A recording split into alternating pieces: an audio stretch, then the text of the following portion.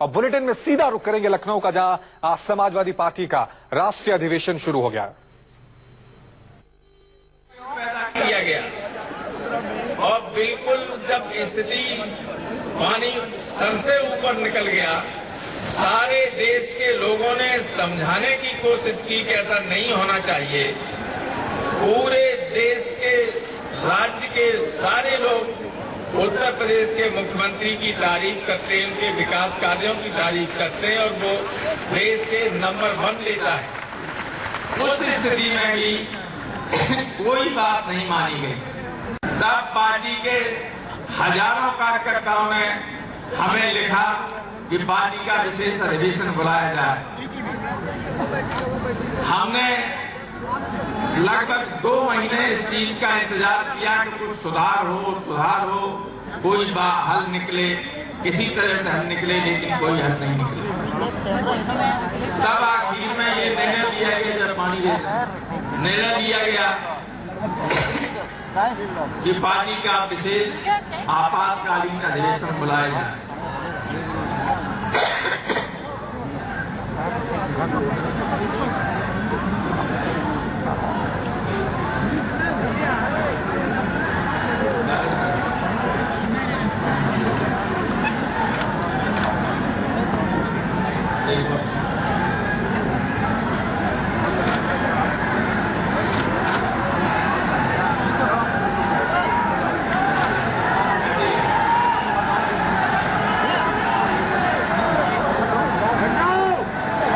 सम्मेलन बुलाने की वजह ये माननीय नंदा जी आ गए हैं, अध्यक्षता कर रहे हैं। आप जानते हैं कि नेताजी ने इस पार्टी को बनाया, लेकिन 2 लोगों ने भैया ये नहीं, फिर बैठे हैं तो बैठे रहिए, नेताजी का नाम लेकर बैठे रहिए, इस पार्टी को खत्म करने की साजिश की। उन दोनों लोगों के नाम में बाद में लूंगा और एक प्रस्ताव करके आपसे सहमत भी जाऊंगा कि हमें क्या करना है। निकालने वाले, लेकिन सबसे पहला प्रस्ताव मैं पेश कर रहा हूं अध्यक्ष जी की अनुमति से। ये अधिवेशन सर्वसम्मति से उत्तर प्रदेश के माननीय मुख्यमंत्री श्री अखिलेश यादव जी को समाजवादी पार्टी का अध्यक्ष, राष्ट्रीय अध्यक्ष चुनता है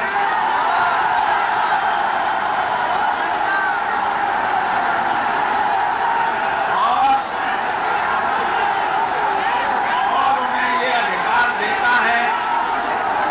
ये पूरा प्रस्ताव सुन लीजिए। और उन्हें ये अधिकार देता है कि वो समाजवादी पार्टी की राष्ट्रीय कार्यकारिणी, संसदीय पार्लियामेंट की वोट और देश के सभी राज्यों के संगठनों को आवश्यकता अनुसार गठित करें। इस प्रस्ताव की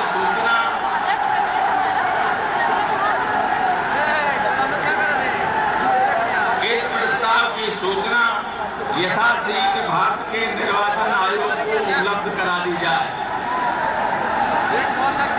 इस प्रस्ताव से जो सहमत हों वो हाथ उठाएं। हाथ उठाए रखिए, मीडिया वाले जा देख लें। उधर से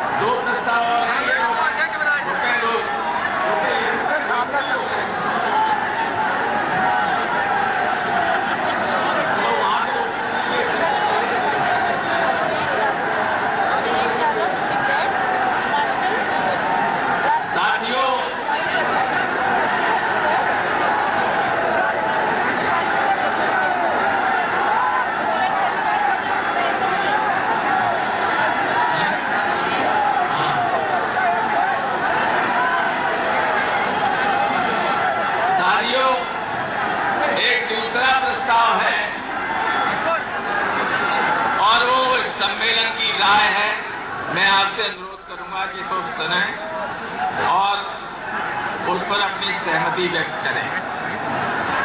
समाजवादी पार्टी के इस विशेष राष्ट्रीय अधिवेशन की राय है कि माननीय नेताजी श्री मुलायम सिंह यादव जी, जिन्होंने समाजवादी पार्टी को स्थापित कर ऊंचाइयों तक पहुंचाया है, उन्हें समाजवादी पार्टी का सर्वोच्च रहनुमा माना जाए और समाजवादी पार्टी का शीर्ष नेतृत्व उनसे मार्गदर्शन प्राप्त करता रहे।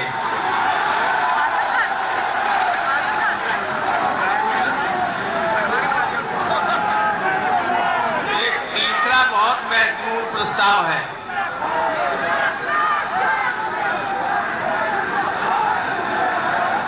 ये अधिवेशन प्रस्ताव करता है कि श्री शिवपाल सिंह यादव को उत्तर प्रदेश पार्टी के अध्यक्ष पद से तत्काल हटा दिया जाए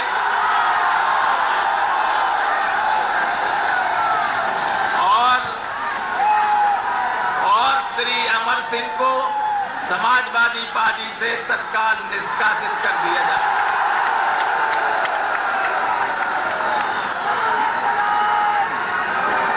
ये तीसरा प्रस्ताव सुन लीजिए, एक बार फिर लोगों ने सुन नहीं पाया है, आप लोगों के शोर में मीडिया वाले सुन नहीं पाएंगे।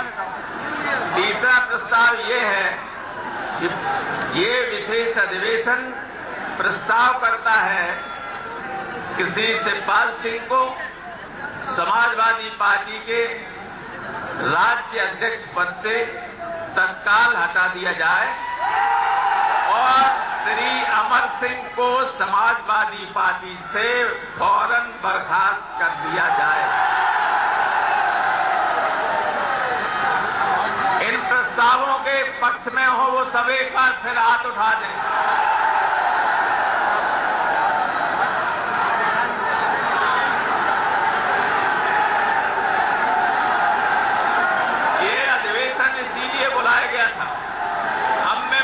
मुख्यमंत्री जी से अनुरोध करूंगा कि इस अधिवेशन को संबोधित करें। माननीय मुख्यमंत्री जी, नंदा जी बात।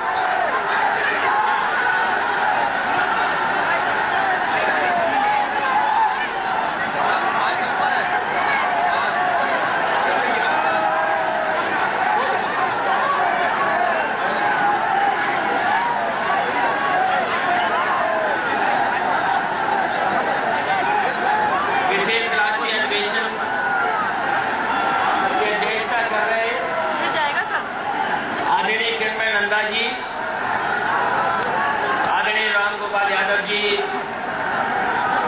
आदरणीय अहमद हसन साहब, नरेश अग्रवाल जी, आदरणीय कुंवर रेड्डी रमन सिंह जी, आदरणीय मंत्री अवधेश जी, आदरणीय बलराम यादव जी, आदरणीय दुर्गा यादव जी और बहुत सारे हमारे पार्टी के वरिष्ठ नेता आदरणीय रामजी सुमन जी, यहाँ पर उपस्थित सभी प्रतिनिधि, राष्ट्रीय अधिवेशन में आए हुए हमारे और प्रदेश के जॉइंट टोनी जी, आदरणीय अबू आसिम आजमी साहब और इस सम्मेलन में उपस्थित बड़ी संख्या में समाजवादी साथी पत्रकार बंधुओं, मैं इस अधिवेशन में आए हुए सभी प्रतिनिधियों का बहुत बहुत स्वागत करता हूं। साथ ही साथ जो प्रस्ताव हुए हैं, जिन्होंने पार्टी के खिलाफ साजिश कर करके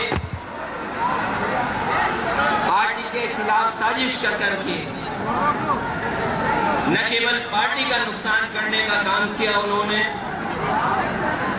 वहीं राष्ट्रीय अध्यक्ष जी के सामने भी संकट पैदा किया। ये पूरा अधिवेशन इस बात को जान ले और मान ले, इस बात को कि मैं जितना नेताजी का सम्मान पहले करता था, उससे कई गुना ज्यादा मैं राष्ट्रीय अध्यक्ष जी का सम्मान मैं करूंगा। हो सकता है लोग कुछ और बातें भी कहें,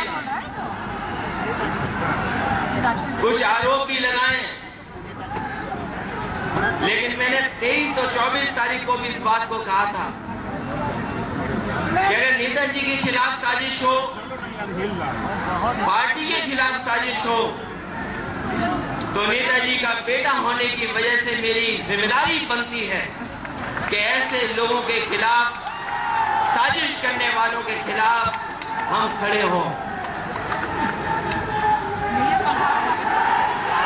और मैंने उस समय भी कहा था कि नेताजी, अगर आप चाहते थे कि प्रदेश अध्यक्ष से मैं हट जाऊं, मैं हटने को तैयार हूं। और आप अगर एक बार कह देते कि अध्यक्ष हटाना है आपको, मैं शायद अध्यक्ष की बात ही नहीं मैं आपसे करता, क्योंकि आपने बनाया था मुझे और जिम्मेदारी देकर के उत्तर प्रदेश में काम करने का मुझे मौका दिया था। और उस समय भी जो आपके साथ बैठे थे, जब लेटर पत्र टाइप होने में समय लग रहा था, उन्होंने अपनी ऑफिस से टाइपराइटर मंगाया था।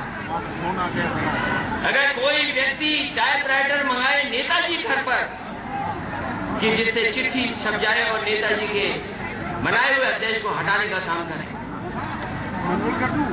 इसलिए पार्टी का जहां नुकसान लगातार हुआ है, सरकार जब हम बनाने जा रहे थे, सरकार बनाने के लिए हर वर्ग के लोग तैयार हैं, चाहे वो किसान हो, मजदूर हो, अल्पसंख्यक भाई हो, मुसलमान भाई हो, हर वर्ग के लोग जब चाहते हैं कि समाजवादी सरकार बने, लेकिन कुछ ताकतें ऐसी हैं जो चाहती हैं सरकार न बने। इसलिए जब मैं आपसे पूछना चाहता हूं कि ऐसे लोग जो सरकार नहीं बनाना चाहते हैं और ऐसे लोग जो सरकार बनाना चाहते हैं, मैं समझता हूं सरकार जब बनेगी और बहुमत आएगा तो सबसे ज्यादा अगर किसी को प्रसन्नता होगी, खुशी होगी, तो वो नेताजी को होगी। इसलिए अगर जिम्मेदारी दी है, मैं तमाम हमारे नेता जो मंच पर बैठे हैं, दाएं हाथ पे खड़े हैं, बाएं हाथ पे खड़े हैं और सामने खड़े हैं, और जो अभी तक आ रहे हैं, उन्होंने जिम्मेदारी इसलिए दी है कि कम से कम इस बार समाजवादी पार्टी की एक बार और सरकार बने, इसके लिए जिम्मेदारी दी है। और कोई ये नहीं कह सकता,